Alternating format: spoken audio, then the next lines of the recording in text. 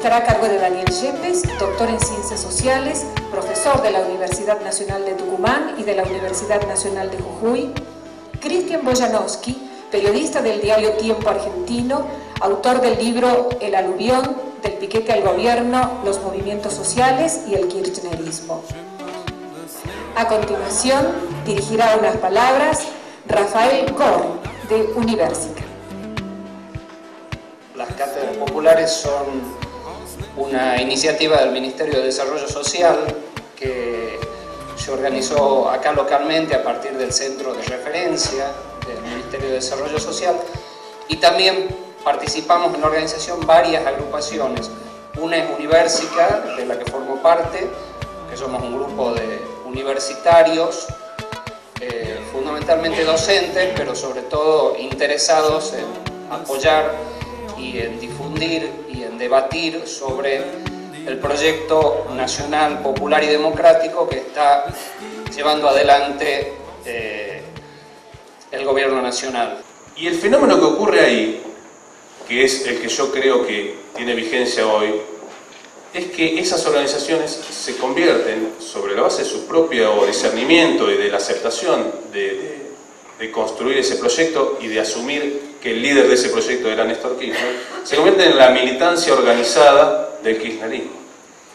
Yo creo que ahí nace la militancia kirchnerista. Y esas organizaciones que empiezan a hacer una transición a partir de ese momento, desde lo social a lo político, se convierten en esas primeras, primitivas organizaciones de la política militante kirchnerista. El proceso desde 2003 en adelante sufre, como decía, es muy dinámico, sufre muchos cambios.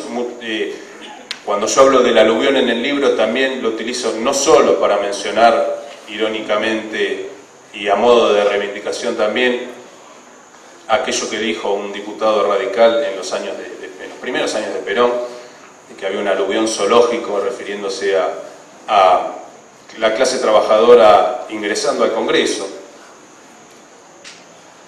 que después retoma Jauretche y la misma militancia para usarlo como herramienta, como bandera de reivindicación, sino también lo utilizo porque es un aluvión figurativo en el sentido de que estas organizaciones empiezan a tener incidencia en algunos espacios del gobierno y del Estado. Primero en desarrollo social, muchos de sus cuadros van ocupando lugares, funciones clave de manejo de estas políticas que decía, y se va repartiendo, según por donde se mire, algunos dirán mucho y otros dirán poco, pero se va repartiendo en el tejido del Estado, en algunos lugares digo importantes, una cantidad de cuadros, algunos ya consolidados y otros para dedicarse también a la formación, ¿no? y a empezar a generar nuevos cuadros, porque después empiezan a aparecer otros programas que los involucran.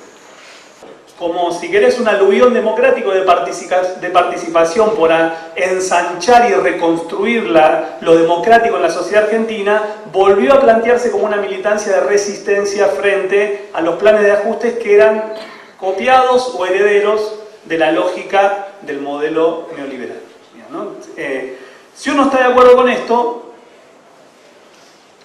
hay algunas características que determinan a la militancia que empezó a partir de ese momento y que después tuvo, digamos, ¿no?, como centro neurálgico de su acción social y política en la década de los 90. ¿no? Yo soy un hijo de la participación social y política en la década de los 90. Hay 3 o 4 elementos que nos definen a los que empezamos a militar en esa etapa, ¿no? Y en general tienen que ver con negaciones, y esto lo quiero articular después con la cuestión del ser nacional, ¿no? Las negaciones, ¿cuál eran? Una la dijo el compañero periodista. Nosotros nacimos a la participación social y política en el momento donde la política estaba clausurada. ¿Por qué estaba clausurada? Y porque en la época neoliberal, sobre todo en la de los 90, había un modelo único, ¿no? Y la política era el gerenciamiento de ese modelo único. Del 2003 se empieza un nuevo momento político que necesita nuevas respuestas, ¿no?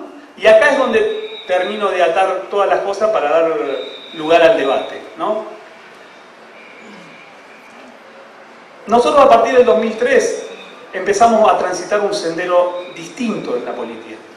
¿Cuál es la clave de ese sendero distinto? Bueno, que un tipo como Néstor Kirchner es la cristalización simbólica de la posibilidad de que la política sea una herramienta de transformación. Quiero decir, él volvió a traer a la realidad argentina algo que los milicos habían pensado que habían derrotado con la dictadura neoliberal, que es que la voluntad política cambia la realidad. Ellos habían pensado que habían derrotado en la sociedad argentina esa posibilidad. Néstor vino a decir que eso no era cierto y volvió a la política. Bienvenida a la política. Cuando viene la política, viene el conflicto, ¿no? Los medios dicen volvió la crispación, ¿no? Bueno, volvió la crispación, volvió la política, volvió el conflicto, volvió para los sectores populares la posibilidad de intervenir en la construcción de un proyecto de país y discutir la columna vertebral de ese proyecto de país, que es la conformación de las políticas públicas. ¿Qué tiene que ver esto con la universidad y con la identidad o con el ser nacional? Para culminar, nuestra identidad nacional se conformó, digamos, ¿no? Y se terminó de cristalizar, más allá de que cada momento histórico le incorpora a esa identidad nuevos elementos, con la generación del 80, con la constitución del Estado Nacional. ¿Cuál es la marca de fábrica de esa identidad? La exclusión. Es una identidad nacional construida por los sectores oligárquicos de este país que ganaron una guerra civil de 50 años, que tiene 4 elementos. Excluyen al otro, niegan al otro, digamos, ¿no? Demonizan al otro y explotan al otro.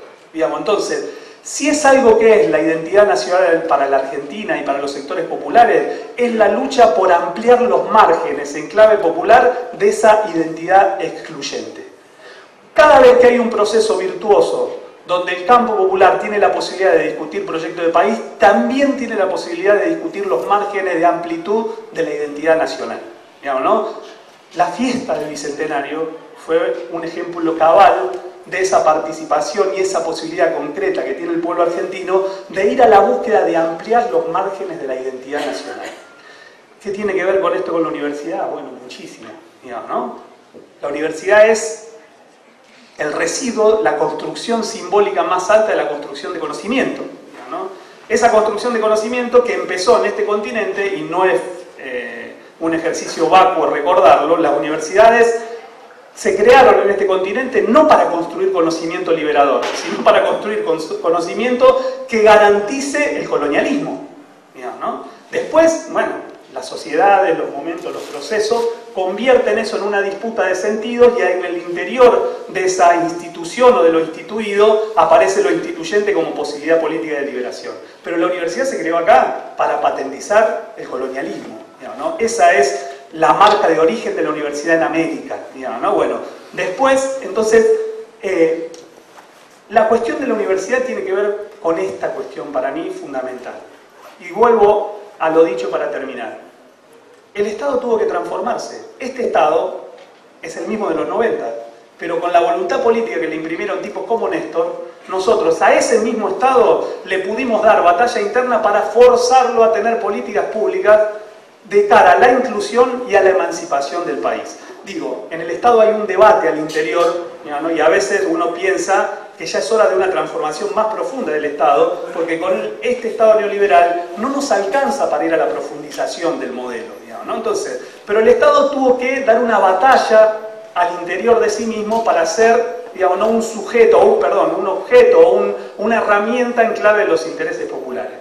El compañero lo explicaba, los movimientos tuvieron que salir de su mapa de acción de la resistencia y entrarle a un mapa de acción que la realidad le imponía y que era distinto y que le incorporaba nuevos saberes y desaprender algunas metodologías y concepciones que se habían cristalizado en el momento de resistencia. Entonces, los movimientos y las organizaciones libres del pueblo tienen que cambiar.